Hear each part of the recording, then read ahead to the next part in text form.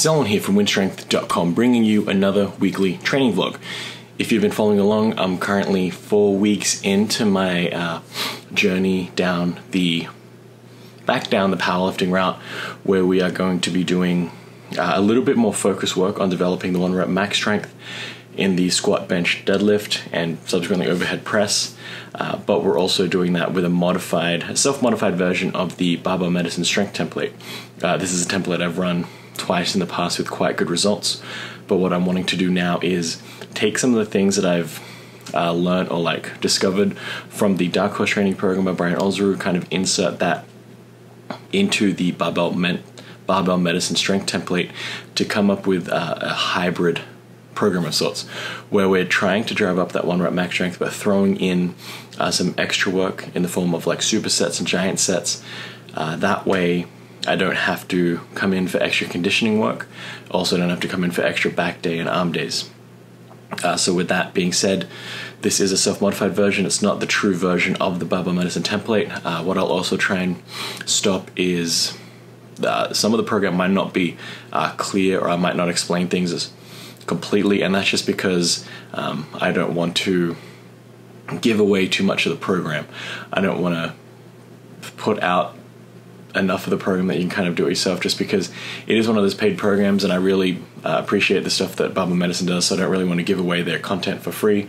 If you do want to check them out, I highly recommend getting the program.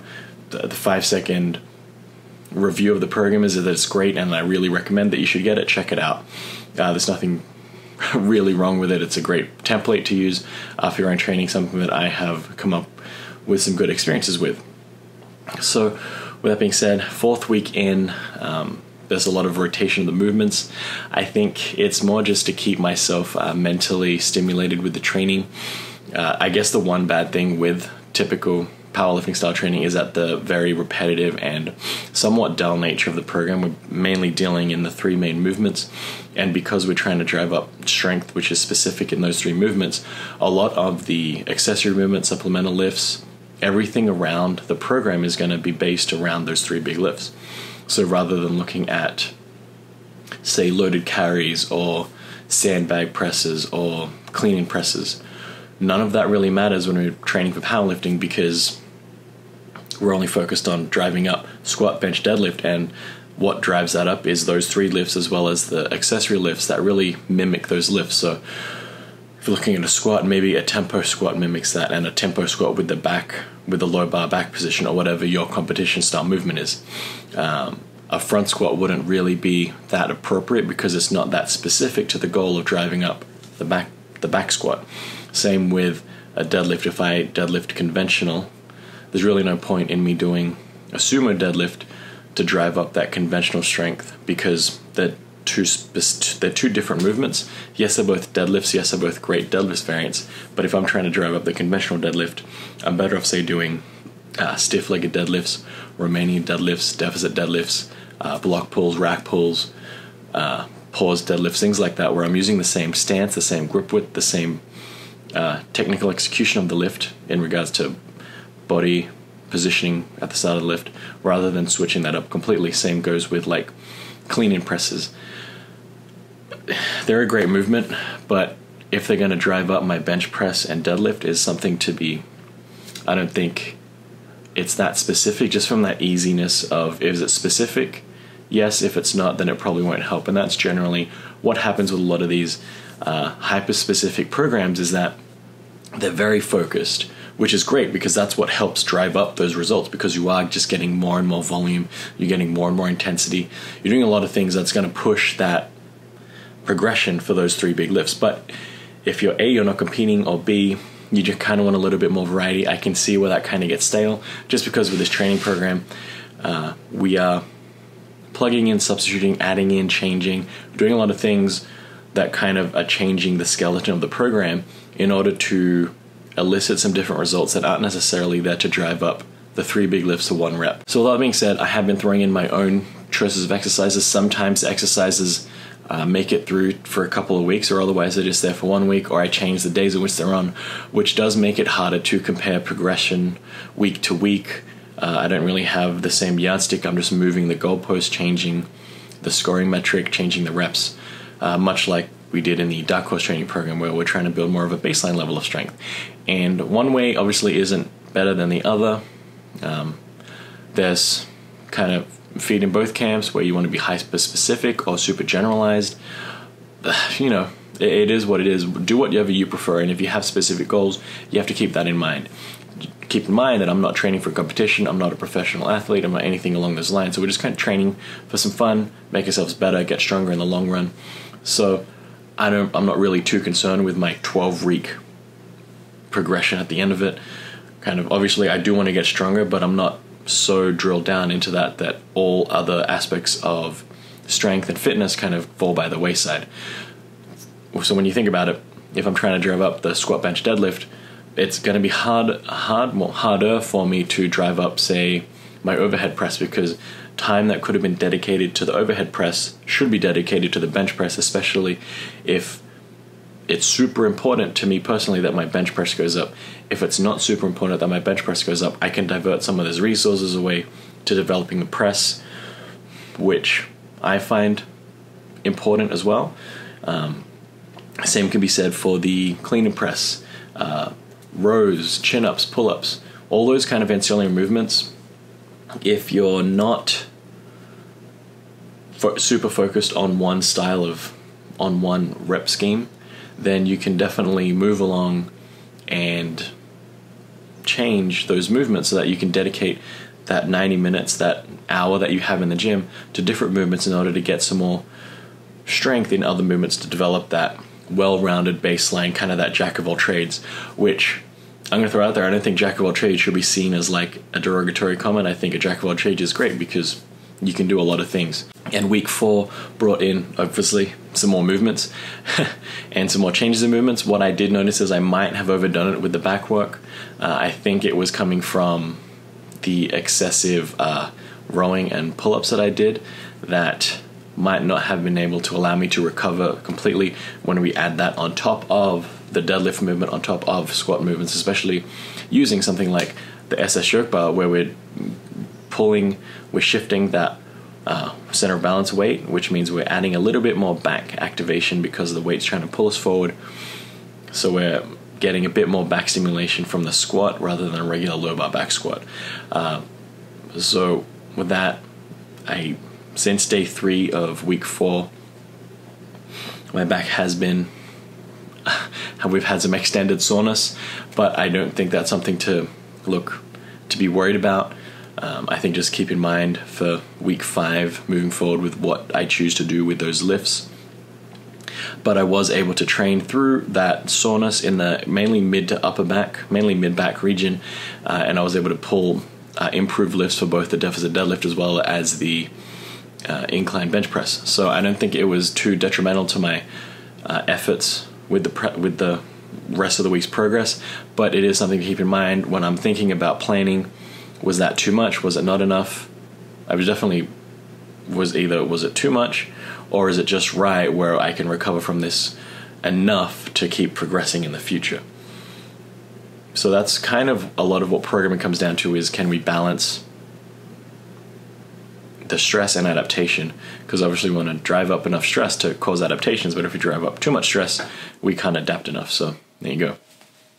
So with that being said, I will cut over to the voiceovers and we'll be able to watch some of the reviews over the course of the week.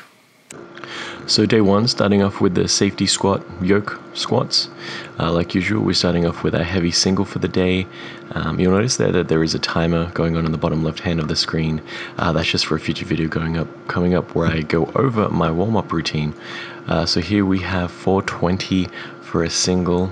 This is about 20 pounds shy of my last tested 1 rep max with the safety squat yoke bar. The weight is starting to feel a bit more natural, a couple more months of doing the squat with this weight, and I think I'll be able to really take a handle on it and probably surpass my regular squat with it. So there we go, we hit good depth. The knees shoot back a little bit, tend to come in a little bit, and that's what I was kind of working on, is really focusing on my cue has been spreading the floor with the safety squat barbell. With the flat barbell, it was screwing my feet into the floor, so slightly different cues there. Whatever the case may be, that's just what's working best for me to think about when I am squatting down, and also to spread my knees wide in the bottom of the squat in order to get that depth. So here we have back off sets, 350 pounds for a set of 5. That foam pad there isn't there for a box squat. I'm just doing a regular squat with the SS yoke. Most of the squats I'm hitting pretty good depth. The volume afterwards, the back off sets really working well, I think, helping to drive up some more hypertrophy and just some more stimulus in the training. One thing you notice with most training programs is you're not just doing one heavy single then calling it a day. You will do some back off sets afterwards, and that's just to drive up some volume and hypertrophy. And that is the last set of the day. So as the sets go on, the reps kind of get a little bit more dodgy there with the form. Well, that's just fatigue setting in, something I have been working on in the past with the Dark Horse program, and then we're just continuing on with very minimal breaks in between, just the little superset here, which we have some ab wheel rollouts. Again, this is probably one of my my currently favorite ab movements, is just the kneeling ab wheel rollout. Ideally, it would be a standing ab wheel rollout, but that's just not possible right now. Hopefully by the end of the year, I'll be able to do a standing ab wheel rollout. That's the goal, just to do at least one without falling on my face. But I think they're a great stabilizer movement. It's one of those quote unquote anti-movement movements, because we're trying to keep that core as stable as possible while moving the rest of the body. And it is quite difficult if you're having troubles with that one to come back. I found if you have a stop, so if you do it against a wall and you don't go out as far, is one way to do that, and you just gradually over the weeks push out how far you are from the wall, so eventually you're out to a full outstretched position. That might help, as well as if you use some more hamstring and glutes to pull yourself back without having to use as much ab movements, ab activation there. And we're just wrapping up with some fat grip chin-ups, pull-up chin-ups, doesn't matter, do both of them. I think I like to alternate them either each day or each week whenever I do them. I don't think there's a right or a wrong way. I move on to our overhead press heavy single for the day. This was 205 at probably an RPE 9.5, but it does go up a lot smoother than it did feel. That is 15 pounds. It was 10 pounds shy of my current 1 rep max. And here we have the back off sets. The one thing I have noticed with the overhead press is I have been focusing on that more in the previous months over the bench press. It's something I've really been trying to drive up, just because it has been one of my more relatively weaker lifts, and like anything, the more you do it, the better you start getting at it.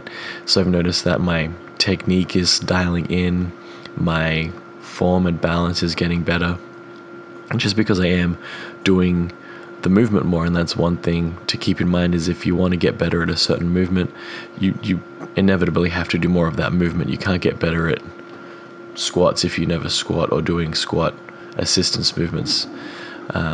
That's what helps a lot with the overhead press for me anyway, and as well as watching and learning from different videos and finding different techniques there in order to focus on. So I was focusing on squeezing the glutes, really getting braced down. I've noticed that when I squeeze the glutes really hard, it keeps my back in more of an alignment, rather than when I was trying to focus on squeezing my core and abs.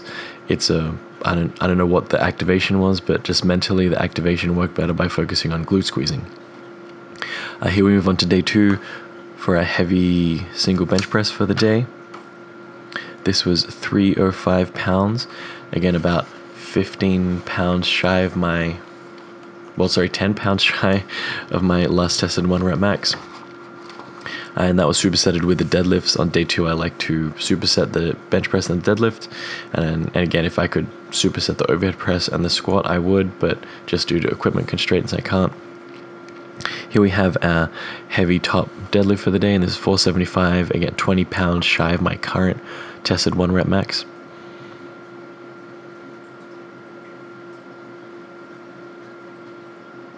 And I think that was close to like an RPE 8.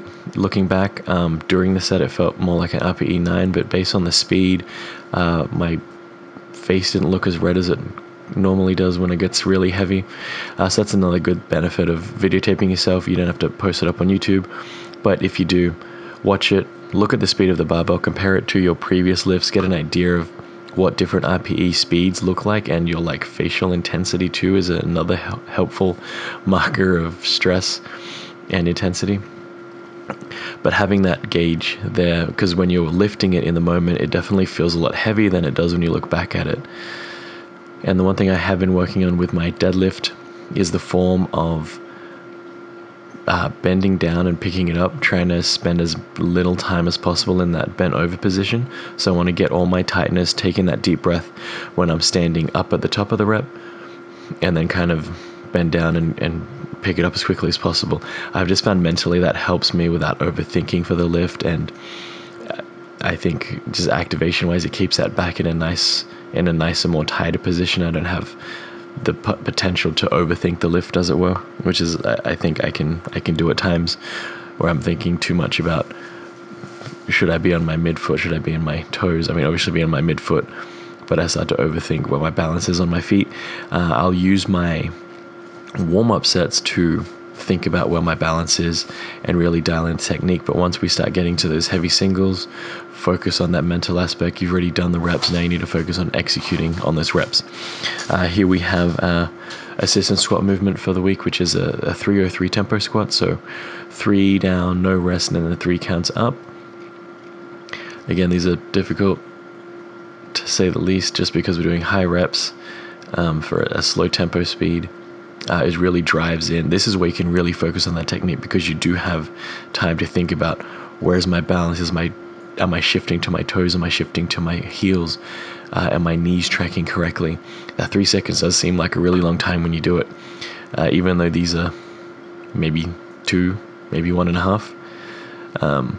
What's funny is it's really harder to put in the speed brakes, put on the brakes on the ascent of the squat, because we're so used to firing up and coming up out of the hole as quickly as possible. Slowing down that ascent is more difficult than slowing down the descent for me personally. And again, just wrapping up here with some fat grip pull-ups. So when I said was chin-ups, pull-ups, I'll just alternate them. I don't think one's better than the other. I think you should do both of them, because you should be doing a lot of pull-ups and chin-ups anyway. And again, that was just 5 reps. Here we have day 3. So these are beltless squats. Again, beltless squats, the benefit is we're able to still squat, get that movement pattern, and mitigate some of that stress. So we're doing sets of 4 here. This is our top set at, I think, 395, close to an RPE 9, and cutting the depth really high. Well, not like 3 inches probably. Yeah. Not the best depth.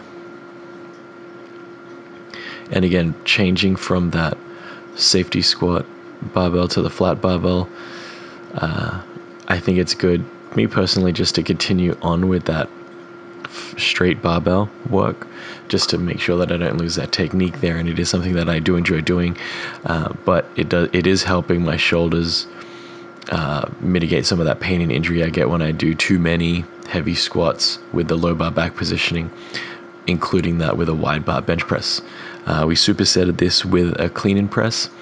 I found out last time that during the Dark Horse training program, my cleans are not that great. So I'm really wanting to include more of the cleans, and alternating, I'll include the clean and press rather than just the clean, and basically the power clean as well. I'm not really wanting to learn a full proper clean, just because I'm not that interested in Olympic lifting. I'm kind of wanting to do the power clean variants to prepare for some strongman movements. It's because a lot of strongman work is floor to overhead or picking something heavy off of the ground and placing it over the top of your head to some form or nature. And if I can't do it with a regular straight barbell, probably the easiest thing to do it with. It's going to be really difficult when you start getting into some odd implements there. So I'm wanting to at least get in some technique and some practice with a power clean with the most easiest implement possible. And then we move on to some more pull-ups,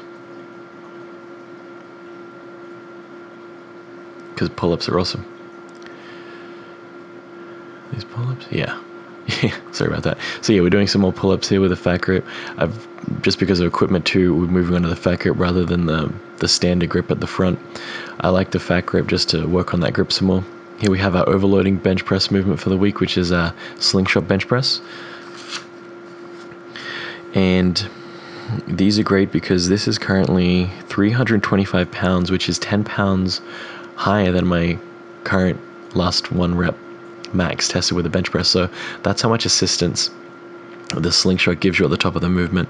And I think it's great for overloading the chest, really overloading the triceps as well, and getting your body primed to lift some heavier weights, especially when we're doing 10 reps, 10 pounds over my 1 rep max for 4 reps. So we're really overloading the muscle group there. Definitely recommend using some wrist wraps if you have any wrist issues whatsoever, just because we are using super maximal weights. Starting off day 4 with our block deadlifts. This is around 3 inches lower than my first 3 weeks with the block deadlifts.